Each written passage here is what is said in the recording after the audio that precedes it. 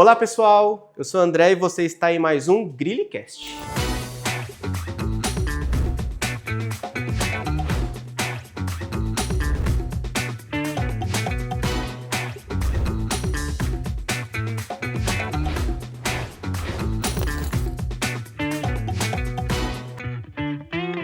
O nosso tema hoje é Acabou o ensino médio. E agora? E para discutir tudo isso, temos três personagens ilustres, três brilhantes convidados. Três dos quais eu tive o privilégio de lecionar para eles, né? Duas estão concluindo o ensino médio e um já concluiu o ensino médio, já está na universidade e o papo vai ser entre a gente aqui. Vamos ver o que vai dar. Uma das nossas convidadas é a Janaína Laura. Jana, se apresente. Oi, gente, tudo bem? Oi, André. Obrigada pelo convite, é um prazer estar aqui. Temos também conosco Amanda Apolinário, nossa estudante da terceira série. Se apresente, Amanda. Oi, gente. Oi, André. Muito obrigada pelo convite. É um prazer estar aqui. E o nosso estudante agora numa versão mais barbada, né? Uma versão 2.0, pós-ensino médio, João Marcos. Se apresente, John. Oi, gente, tudo bem? Eu sou o João Marcos, sou estudante de Ciências Sociais da Universidade Federal de São Paulo e é um prazer estar aqui falando com vocês sobre esse tema. O prazer é nosso. Vai ser um prazer. Esse papo vai ser muito prazeroso, vai ser uma conversa muito leve, muito descontraída e de cunho também muito sério, né? Porque esse questionamento é um questionamento de todo estudante da terceira série. Na verdade, esse questionamento muitas vezes começa antes do aluno chegar na terceira série. Meu Deus, e agora? Quando eu terminar, o que eu vou fazer da vida? Se eu passar, se eu não passar na universidade, se eu passar no curso que eu quero, se eu não passar no curso que eu quero. Então hoje, com a ajuda do João e das nossas estudantes, nós vamos levantar esses questionamentos, né? E é até importante que você comente aí suas dúvidas, pergunte também, que a gente, na medida do possível, vai acessando esses conteúdos para a gente levantar esses conteúdos que são relevantes para vocês, tá bom? Então, minha primeira questão aqui, que eu vou levantar. João Marcos, você concluiu a terceira série do ensino médio no final de 2024.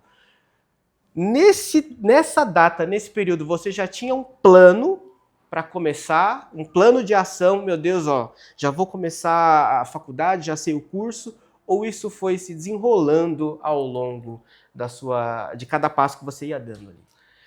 Então, eu já sabia mais ou menos o que eu queria, só que acabou que meus planos mudaram.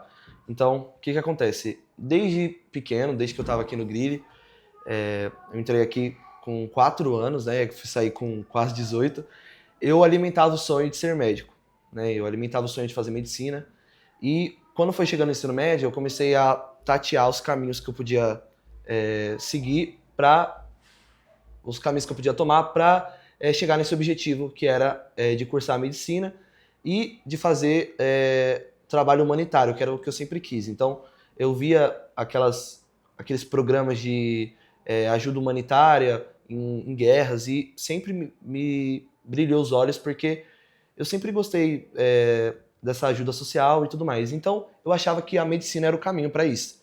Então, até o final do ano passado, inclusive, alguns dos vestibulares que eu prestei, como o da FUVEST, o da Unicamp, foram no curso de medicina. Só que, enquanto ali eu estava nessa etapa, né, de estudar para o vestibular e de entender como que seria o curso de medicina, eu percebi que aquilo não era o que realmente eu queria. Então, apesar de já ter alimentado esse sonho desde pequeno, na verdade, eu não tinha domínio naquela área. Então, é algo que a gente estava conversando aqui antes de começar, é que o ensino médio ele é muito importante para isso, para balizar, de certa forma, aquilo que a gente tem domínio ou não. Então, por exemplo, hoje eu estudo ciências sociais, que envolve sociologia, antropologia e ciência política. A gente não tem aula de antropologia, por exemplo, no ensino médio, mas de sociologia já tem. E o material do SAS ele é muito bom, então dá uma introdução interessante à área, né?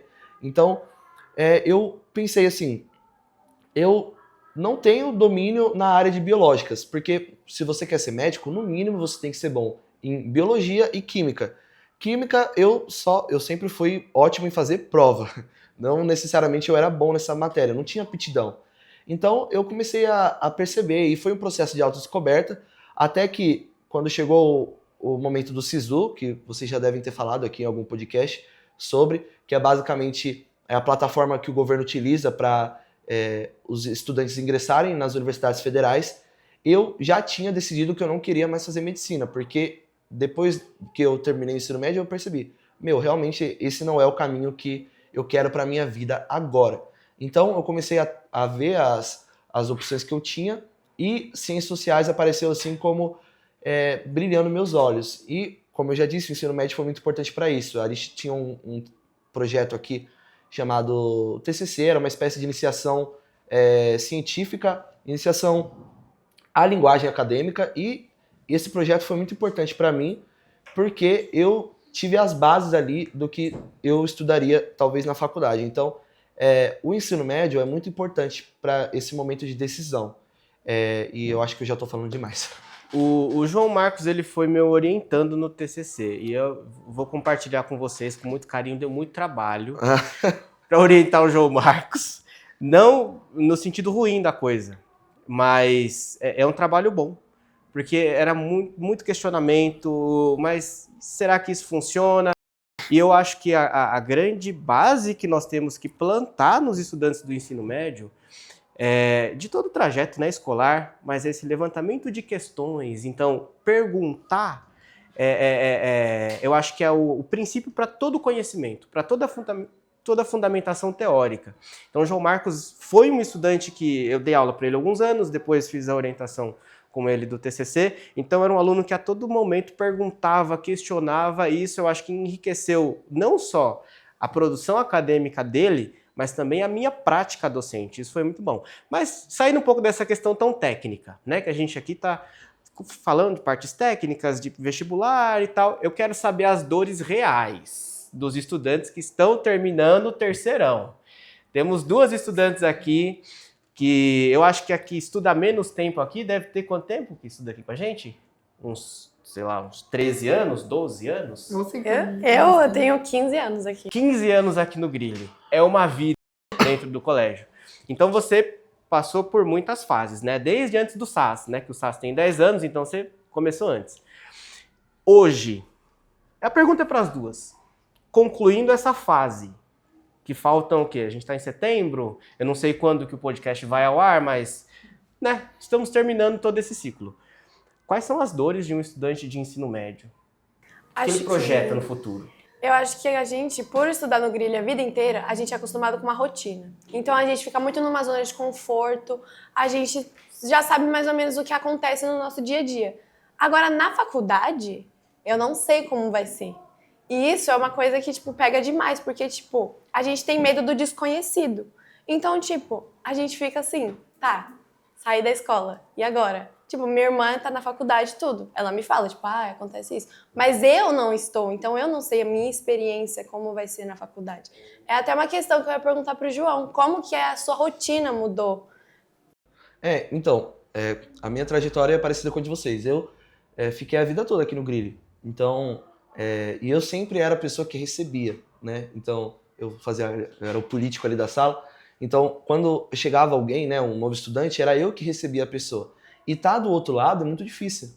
Então, quando eu cheguei na Unifesp, eu fui recebido, né, pelas comissões ali do centro acadêmico e tudo mais, e era tudo muito estranho, eu me sentia uma bolacha fora do pacote, assim, um peixe fora d'água, porque a gente já tem essa experiência, né, familiar, assim. Então, eu passava mais tempo aqui no Grilli, talvez, do que na minha casa.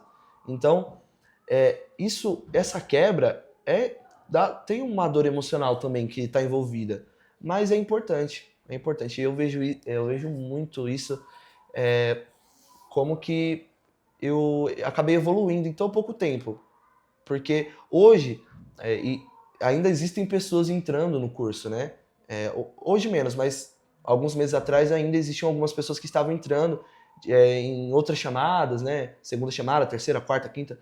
E eu, por já ter passado por aquela experiência, eu era uma das pessoas que chamava, que acolhia. Então, ser acolhido também mostra que você também pode acolher. Então, Realmente é muito libertador e eu fico feliz de ter passado por esse processo. E sobre a rotina, basicamente mudou tudo, né? Porque eu estudava de manhã aqui no Grilli e agora eu estudo de noite. Então é uma dinâmica com o estudo completamente diferente. Por quê? Porque eu tava por exemplo, no Grilli a gente tem várias matérias em um dia só. Na Unifesp, na minha realidade, né, e não quer dizer que essa é a realidade de todas as universidades federais, mas na minha, eu tenho uma matéria por dia. E é muita matéria, sabe? Tipo, não é 50 minutos, é 4 horas de um mesmo tema, aprofundando. E isso, no começo, também me deu uma crise, assim, porque eu tinha um momento que eu já estava cansado de ver Antropologia 1, e eu não quero mais ver Antropologia 1, mas é uma experiência que a gente vai trilhando ali. Então, agora eu estudo de noite. No começo eram só 4 dias da semana. Agora eu já estudo todos os dias, segunda, terça, quarta, quinta e sexta. Então, minha rotina mudou completamente, até mesmo minha relação com o sono, né? A gente não pensa muito sobre isso, mas é muito importante, porque eu não estava mais acostumado, chegou um momento esse ano que eu estava acostumado a trocar o dia pela noite, por estar estudando de noite. Eu falei, não, isso aqui não está fazendo bem para minha saúde, então é tudo uma questão de adaptação, de ir tateando os caminhos para ver aonde a gente pode chegar. Mas tem sido muito bom. Até porque na faculdade o método de ensino dos professores muda muito. E a gente é acostumado com uma coisa no Grilli e na faculdade outra coisa. E se a gente não se adequa, a gente tem que começar a se adequar por si só. Que a faculdade ela cobra muito da gente. E isso que acho que assusta muito. Porque no Grilli a gente é muito guiado. E na faculdade a gente é muito você por você e só. Vou fazer uma provocação. O que vocês duas esperam, nesse sentido que a gente está falando mesmo, de, meu Deus, como é que vai ser? Principalmente essa parte de estudar, porque hoje, como você falou, vocês têm uma tutoria muito mais próxima, né? Então, até o jeito de ensinar, de como fazer, de como aprender, os professores estão muito mais próximos. Na faculdade isso muda bastante. O que vocês esperam que vai ser quando vocês estiverem na faculdade? O que vocês pensam? Pra ser sincera. Sim, claro. Eu acho que a gente pensa muito. A gente tá querendo ou não, a gente tá numa bolha Grilli Magalhães, né? Que estamos aqui desde pequenas. Então, acho que assusta, igual a Amanda falou, do desconhecido. Então, tipo, são professores novos, situações novas, pessoas novas, um ambiente novo. A gente não sabe como chegar também. E aí é o que assusta. E como vai ser quando eu chegar? Se eu vou conseguir levar lá dentro, se eu vou, sei lá, desistir no meio do caminho, como vai ser, tipo, a situação dentro e para entrar, né? Porque tem uma frase que dizem que para entrar é fácil, para sair que é difícil. É difícil. Eu acho que é isso que a gente sempre fala, né? O vestibular, ele é só o primeiro obstáculo. Mas se a gente for calcular em nível de dificuldade, sair da faculdade é muito mais trabalhoso do que entrar nela, né? Mas e aí, João? Pensando nessas perguntas que a Jana elaborou, pensando na sua realidade, e também se você quiser usar a realidade de alguns colegas que você vivenciou e acompanha da sua turma, também é legal. Mas o que você pensa sobre isso? Como que é essa rotina nova de estudos? Essa quantidade de alunos é muito diferente. As tarefas, né? Porque vocês são acostumados, hoje entregar exercício tal da página tal. Como é que funciona na universidade isso? Então, o meu curso é um curso de humanidades, certo? Então, se a gente for classificar, ele estaria na área de sociais, mas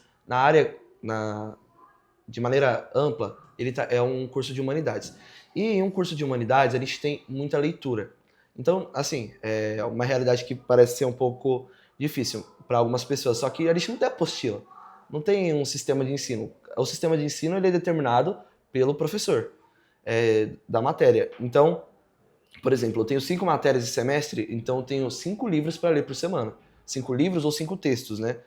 Geralmente 40, 50 páginas por matéria. E assim, isso não é para assustar.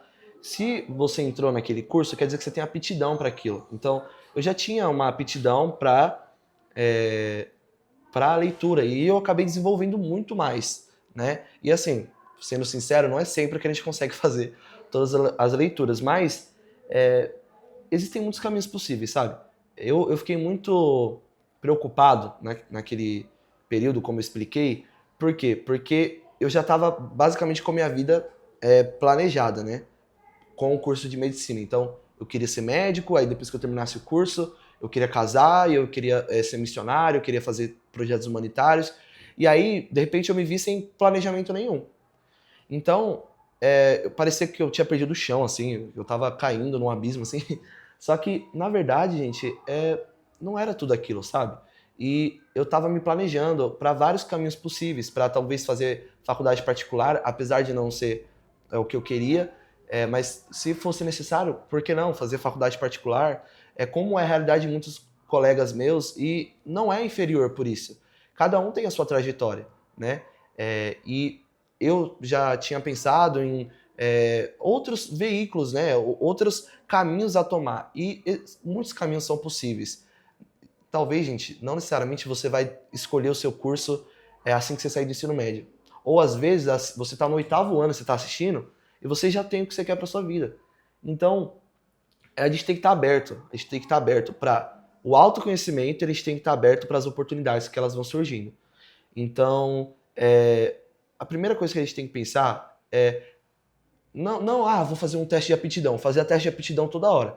E aí, quando não dava o que eu queria, eu ia lá e mudava as informações. Então, eu manipulava o teste. Só que, por quê? Porque eu queria uma resposta, eu estava procurando uma resposta que eu já tinha dentro de mim, né, no subconsciente. Eu já sabia que eu tinha uma predisposição para as áreas das humanidades. Eu já sabia que eu tinha uma predisposição para me tornar professor. Só que eu negava isso. Por quê? Porque eu esperava uma validação. Muitas coisas estão envolvidas, né? Mas cada um tem a sua realidade. Você aí de casa, você pode saber o que eu estou falando. Você talvez espera a validação dos seus pais. Esse não era exatamente o meu caso. Meus pais me apoiaram no que eu decidi. Mas às vezes você espera uma validação dos seus pais, você espera uma validação das pessoas ao seu redor. Então, desde pequeno, eu falava que eu queria ser médico. Então, foi muito difícil para mim, de repente, mudar e as pessoas falar, você entrou nesse curso só porque você não passou em medicina, né? Existem muitos comentários maldosos, né? Mas isso não pode abalar a gente, porque isso... Foi uma decisão sua. Isso foi uma decisão minha. E se eu tivesse entrado no curso porque foi aquele que deu para mim, tava tudo bem também, sabe? Essa não foi a minha realidade, mas cada um tem a sua realidade. Então, a gente tem que dar espaço para o autoconhecimento e para as relações que a gente constrói, elas são muito importantes para isso. Então, o professor André, ele já passou, ele faz, né, um mestrado na Unifesp, então ele já tinha experiência, já tinha como passar, já tinha conversado comigo. O próprio professor Arnaud, que eu tive aula, eu não tive aula com o professor João, mas ele também já tinha conversado comigo sobre. Então, a gente tem que saber, na multidão de possibilidades, né? A gente, na multidão de conselhos, né? Aí que está a sabedoria, né? Então, eu percebi, o meu autoconhecimento passou pelas mãos de várias pessoas. Então, acho que isso é muito importante. E eu lembro de fases, né? Eu acompanhei você durante alguns anos, eu lembro de algumas fases que eram perguntas tão latentes para você que quase virou uma certa crise existencial, né? Era assim. Para onde eu vou, o que eu vou fazer? E você soube lidar, sabe, com isso com muita maturidade. E uma questão que eu quero levantar também hoje as meninas que estão aqui estão focando nessa questão do vestibular, da universidade. Para vocês, pensando nas habilidades que vocês já dominaram durante todo esse período escolar, tem algum caminho que vocês já projetam? E se vocês já projetam esse caminho, com base no quê? O João falou que foi com base nessa multidão de conselhos, ele foi se refazendo a todo momento, mas e vocês, o que vocês pensam? Até mesmo, e não se prendam a ter uma certeza nesse momento. Há espaço para dúvida, e a gente está aqui para conversar também. Mas e aí, o que vocês pensam? Quais as possibilidades estão à frente de vocês que vocês querem trilhá-las? Eu tenho duas opções, né? Caso eu não consiga passar em direito, eu vou tentar psicologia. Mas eu também não sei por que eu pensei em direito, mas pode não Eu parecer. acho que eu sei. Pode não parecer, mas eu sou uma pessoa que gosta de ler às vezes. Sim. Mas eu também sempre achei muito casos criminais. E aquilo, tipo, me deixava uma pulguinha atrás da orelha, sabe? Tipo, nossa, como deve ser por trás daquilo? Como que chegaram naquilo? Como que investigaram? Enfim. E é isso. Não sabe, não. Sei, lógico que eu sei. A Jana, para os nossos telespectadores saberem, a Jana, eu chamo Jana porque a gente tem, né, uma convivência já de alguns anos e tal. Ela é uma estudante que ela sempre tem essa preocupação com achar um lado certo. Então ela quer defender, né? Da justiça, ela quer defender as ideias dela e tal. E não à toa, né, nós conhecemos a família dela e essa mesma opinião que tenho, a família também defende. Então eu acho que o direito não vem do nada. Às vezes ela nem precisa estar certa, mas ela vai defender o que ela acredita. Tá vendo que eu não tô errado? Estou certo nesse 10 momento. anos com essa criatura só briga, porque só ela tá certa. Viu? Vai que é um caminho bom, que eu consiga direito, viu? Sim. Vai que eu passe. E você, Amandita? Eu pego exemplos familiares. Tipo, eu quero ser... Peguei o exemplo do que não ser da minha irmã, né? Porque ela tem muita coisa pra ler. Aquele vademecum gigante. E o que sua irmã quer ser? Ela faz direito. Ela quer prestar concurso, essas coisas. Eu não quero isso. Eu peguei o exemplo... Eu peguei o exemplo do meu pai, porque eu quero fazer fisioterapia ou biomedicina. Biomedicina porque me deu na telha. Sim. Agora, a fisioterapia é por conta do meu pai, que ele tem um problema, que ele vive virando pé, não sei o quê, joelho. Falei assim, nossa, o que eu posso fazer pra ajudar meu pai? Sim. Minha irmã também tem isso, minha mãe, todo mundo lá. Aí eu falei, fazer fisioterapia, porque vai que eu consigo ajudar eles. Sim. Acho que foi mais uma questão de querer ajudar, sim, que também se ligou com o que minhas aptidões, assim, o que eu gosto de fazer. E é algo até que eu indico a vocês. Eu acredito que você pensar só no retorno financeiro da escolha, pensar só nesse retorno financeiro, há uma problemática. Por quê? Óbvio, todos precisamos de dinheiro para subsistir. Mas focar estritamente nesse recurso financeiro que você vai ter, vai chegar uma hora que isso vai te desmotivar. O dinheiro, ele é bom até uma certa página. Passou daquilo, não é um motivador para te fazer levantar todo dia cedo da cama, para ir atrás daquele objetivo. Então tem que ter um amor intrínseco, tem que ter uma missão, né? E uma coisa que eu já falei em um outro podcast. Quando a gente descobre qual é a nossa missão. Quando tem vários caminhos abertos à nossa frente, mas a gente, no nosso coração, só enxerga um. Então, quando a gente enxerga aquele caminho, é aquele caminho que a gente tem que trilhar, que a gente sabe que ele dando retorno financeiro, que é o que a gente espera, né? A gente não pode ser ingênuo a ponto de falar, não precisa, a gente precisa. Vai muito bem, mas mesmo quando os problemas da nossa vida pessoal e da própria profissão forem surgindo, a gente tem a motivação para superá-los, né? E eu acho que isso é até importante, porque o João, ele foi um estudante que durante muitos anos eu quero fazer medicina e tal. E nós, como professores, e é uma discussão que a gente tem até hoje entre os professores, nós vemos o João Marcos sempre na área de ciências humanas, pelas habilidades pessoais dele. Então, os estudantes, no geral, demonstram durante seu período escolar várias habilidades. E o João Marcos nas ciências humanas. E aí a gente falava, poxa, João, na medicina, repensa isso. A gente até tinha citado direito, faz uma outra, né, mais ali próximo das ciências humanas. E quando ele me disse do curso que ele tinha passado, para mim foi uma alegria, porque eu tenho certeza que ele vai achar esse lugar ao sol, de ter uma boa posição, de ser bem remunerado, mas também ele vai ter uma motivação que transcende essa remuneração, que eu acho que é uma coisa que vocês precisam pensar também. Pesquisem sobre as escolhas, vão atrás, conversem com profissionais da área para que essa escolha esteja bem direcionada no coração de vocês. A gente está aqui também para tirar essas dúvidas. Professor, diga. É muito legal também, como você disse, eu acho que é importante pensar a nossa profissão, né, que a gente vai tomar, como uma missão e como um serviço. Por quê? Porque tem a ver com a nossa descoberta, mas eu sou muito da da filosofia de pensar que o que eu faço deve servir as pessoas. E todas as profissões podem servir alguém, né? Se você, de certa forma, não direta ou indiretamente, não está servindo alguém, então tem um problema.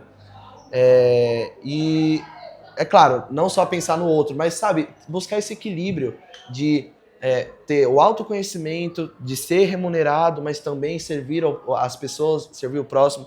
E na minha área hoje, existem alguns caminhos possíveis, né? Como eu estava comentando. Tem algumas pessoas que optam pelo bacharel para poder seguir na vida pública. Então, talvez dentro da política partidária ou em posições dentro de cargos públicos. Só que o que eu hoje vejo, e pode mudar também, tá tudo bem, isso é um processo que a gente vai descobrindo com o tempo. Hoje eu me entendo como mais próximo, né, da opção de ser professor. E isso a gente descobre no dia a dia. E assim, eu dei o exemplo das matérias, mas não só com as matérias. Quando eu estava no ensino médio, ou mesmo bem antes disso, quando alguém tinha alguma dificuldade antes da prova, eu era a pessoa que ia lá e ajudava, né? Eu que explicava a matéria. E a pessoa falava, eu não tinha entendido esse ponto com o professor, eu entendi com você. E essas coisas faz parte de quem nós somos, né? Aquilo que nós fazemos, né, geralmente faz parte daquilo que nós somos e nós talvez não descobrimos. Então, por exemplo, isso que o professor falou da Janaína, é muito interessante. Você ser a pessoa que sempre quer firmemente defender aquilo que acredita. E isso, se você hoje entende isso, quer dizer que amanhã você vai ser uma boa profissional nessa área. Você vai ajudar as pessoas, você vai defender as causas justas. Então, hoje, as pessoas que realmente se descobrem, né, passam por esse processo, são os profissionais que vão fazer parte da mudança do mundo amanhã. E não quer dizer que quem estuda, que quem está nesse processo não está fazendo parte da mudança. Porque eu me entendo como parte da mudança. Eu ainda não estou na área. Sim. Só que só de ter a oportunidade, por exemplo, de estar aqui, de compartilhar minha trajetória com outros estudantes, de fazer parte do que eu acredito ser a mudança, né? O pessoal fala que eu sou muito ligado à ONU, né? Porque eu sempre falo da mudança do mundo e tal. Só que eu acho que a mudança do mundo realmente ela não acontece de cima para baixo, ela acontece de dentro para fora, sabe? Então eu fico muito feliz que vocês estão nesse processo de autodescoberta e tá tudo bem mudar também. Tipo, hoje eu me entendo nisso de seguir nessa área, mas se amanhã eu quiser mudar, claro, né, com responsabilidade, também não é cada dia numa opção, a gente tem que ter clareza daquilo que a gente quer. Mas mudar nem sempre é ruim, às vezes é importante, faz parte da nossa ruptura com os limites, sabe? Eu acho que é muito importante, fico feliz pelo processo de vocês. Galera, depois de um papo tão enriquecedor, que passou super rápido, né? Eu também me senti renovado. Por quê? Eu já estou na profissão há alguns anos. Na verdade, eu tive uma mudança de profissão, né? Porque eu fui formado para ser professor. E hoje, eu atuo indiretamente na sala de aula, né? Na verdade, você começou na música, né? Comecei na música, é verdade. Na música. Foi para a sala de aula. Sala de aula, e hoje tive uma nova revolução, né? Há alguns anos, indo mais para a parte de gestão de uma unidade escolar. E faço isso com muita alegria. Mas hoje, ouvindo vocês, conversando com vocês, eu senti esse espírito jovem, que eu acho que é o que falta muitas vezes na gente. Porque o dia a dia profissional, ele já é muito árduo, a gente todo dia, né, é uma rotina ali, e ouvir vocês é muito enriquecedor. Então, talvez uma dica que eu dei a vocês nunca deixem esse espírito jovem sair do coração de vocês. Esse espírito de querer a renovação, de querer continuar, e saber que vocês têm essa força, né? A juventude tem essa força que eu acho que é o brilho do mundo, assim. Então, para a gente encerrar, eu queria que vocês dessem considerações finais, mas não só também. que vocês deixem uma mensagem para os nossos telespectadores. Vamos começar por você, João. Gente, acho que eu falei demais, mas eu sou muito grato por tudo que eu tenho vivido, pelas pessoas que me rodeiam, pelas pessoas que Deus colocou no meu caminho, né? Pelo Grilli, né? Por toda a trajetória, pelos professores que eu tive, pelos desafios e as conquistas e até mesmo aquilo que eu pudesse encarar como derrota, mas fez parte daquilo que eu sou hoje. Então, o que eu falo para vocês é deem espaço para autodescoberta, sabe? Tudo bem você não ter certeza sobre o que você quer. Eu não tinha, e não quer dizer que eu sou o supermodelo, mas quer dizer que eu passei pro outro lado e tá tudo bem, sabe? Eu tenho tantos amigos que hoje se encontram em áreas completamente diferentes daquelas que eles falavam. E eles estão felizes, sabe? No final, o que vale mesmo é se você está sendo fiel àquilo que você é, né? E eu deixo esse encorajamento para vocês. Pensem sobre que vocês tenham essa reflexão aí em casa, né? Pensem sobre quem vocês são e quem vocês querem ser. E se o que você está trilhando e planejando realmente é fiel àquilo que você é, tá bom? Eu sou muito grato por essa oportunidade. Jana? Bom, eu ainda não terminei, eu ainda estou no Grilli, mas de qualquer forma, eu acho que é sempre bom agradecer principalmente aos professores, porque eu passei muito tempo com eles. E, enfim, eu espero que a gente, nesses últimos meses, ainda viva muita coisa. Eu tenho um plano, eu tenho um projeto, espero que dê certo, mas ouvindo também o João falar, acho que não é só isso, como ele falou, de pensar em novos jeitos, novas formas, novos caminhos. Então, é legal de pensar que se não der certo o que eu penso, pode ser que outra coisa dê, que já está escrito que vai ser de outra forma. E é isso. Muito bem. Amandita? Eu acho que, segundo o que o João e a Jana falaram, e os exemplos que a gente tem, a gente começa a pensar que a faculdade, se eu não passar na faculdade, não é o fim. Tipo, eu posso ter outros caminhos, eu posso seguir outra coisa. Às vezes não era para eu passar na faculdade que eu queria, mas eu passei em outra, eu segui outro caminho. Então, às vezes a gente pensa, não passei na faculdade, é o fim do mundo. E não, conversando com pessoas que já foram para a faculdade, que já trouxeram exemplos para nós, a gente pensa que não. Que, então, tipo, se você não passa na faculdade, tá tudo bem. Acho que o que não pode é, tipo, desistir. No primeiro não, a gente não pode desistir. A gente tem que pensar em como pode evoluir e como pode se tornar alguém melhor. Acho que é isso. E esse foi mais um GrilliCast!